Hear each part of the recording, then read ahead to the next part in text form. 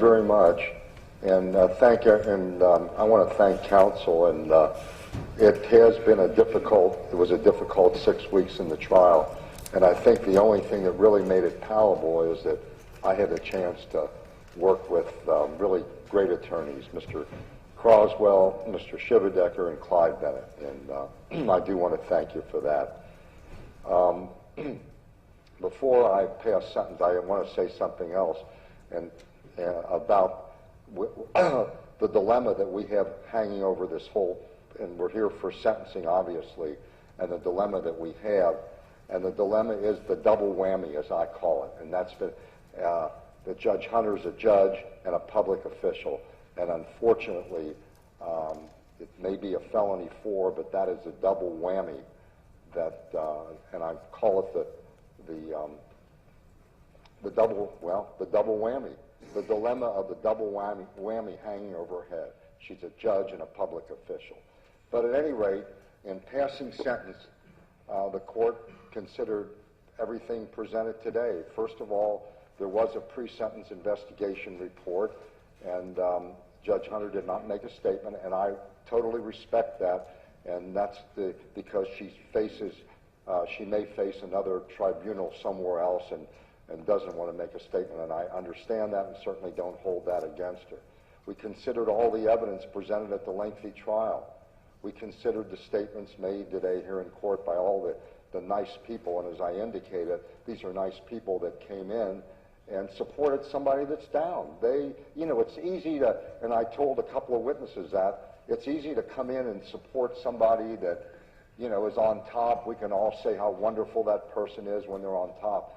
But boy, it takes character to come in when somebody is laying down and you come in and say, hey, you support that person. It's a great mark of respect and friendship, and I certainly admire these people that came in today. I considered the sentencing memorandums of both sides, and I appreciate everything they had to say. I really do.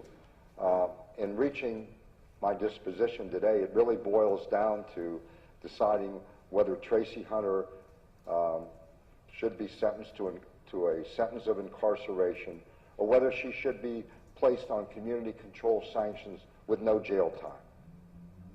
If I decide on incarceration here today, I have the option of incarcerating Tracie Hunter in the State Department of Corrections, i.e. prison, or I can sentence Judge Hunter to the local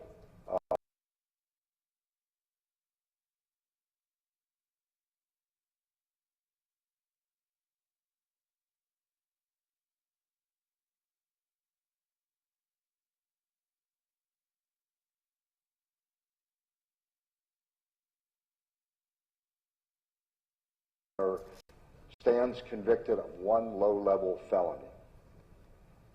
She has absolutely no prior record, and we heard from all the nice people that testified here today that she has years of service to her church and to her community, which we all admire. And I might say, without the dilemma of the double whammy, that would absolutely guarantee probation. But unfortunately, there's some... Let's have it quiet, please. Just, if you'll remove that lady, just remove that lady, please. Just remove that lady.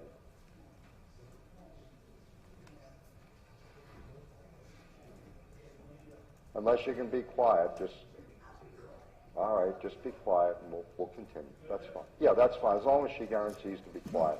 Another word and we'll remove you, ma'am. I'm sorry.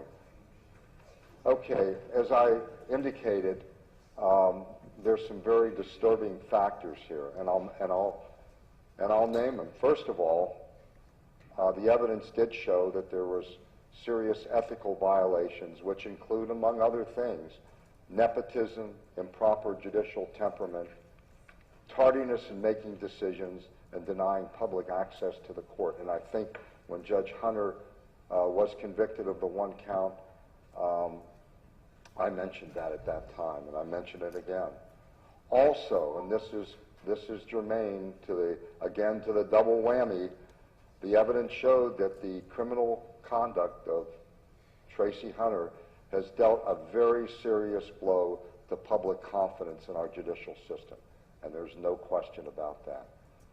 I also know that it's been pointed out here, and it's hovering over everything, that there's a tremendous temptation here for this court not to incarcerate Tracie Hunter, because I'm aware of the circumstances here. We all heard it. First of all, there's a high probability that Tracie Hunter faces serious disciplinary charges which could very well end her public and legal career. I also am aware of the great public humiliation that Tracie Hunter has already suffered. I also know that Tracie Hunter, at the time of her criminal conduct, was a judge who had taken an oath to uphold the laws of this country and the laws of this state. I might say, accordingly and extremely sadly, this is a sad situation, I have reached the conclusion that Tracie Hunter must serve a period of incarceration. It will therefore be the sentence of this court as follows. Tracie Hunter will be incarcerated in the Hamilton County Justice Center for a period of 6 months. Please quiet back there, please, ma'am. Tracie Hunter will also be placed on community control sanctions for a period of 1 year with the following conditions. Number one, okay.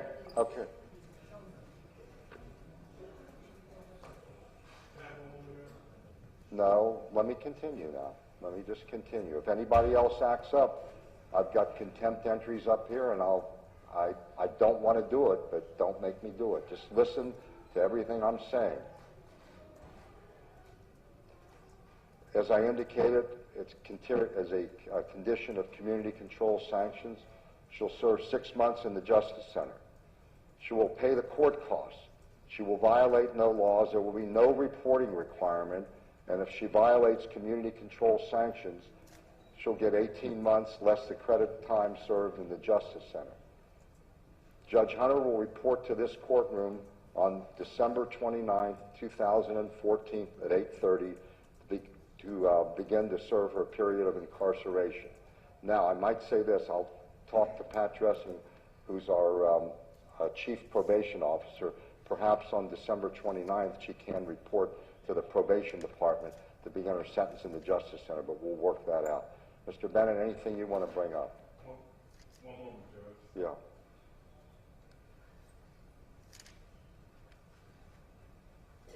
Can I have a moment? Certainly you can.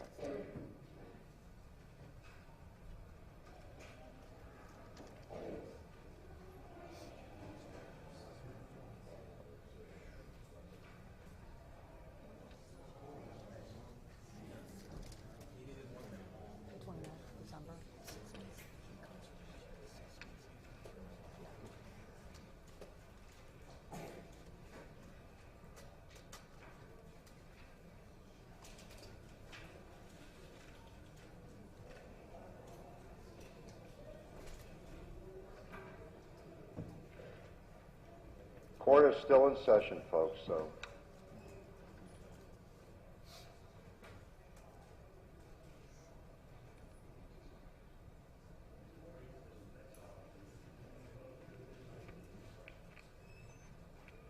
Mr. Bennett, did you want to add anything?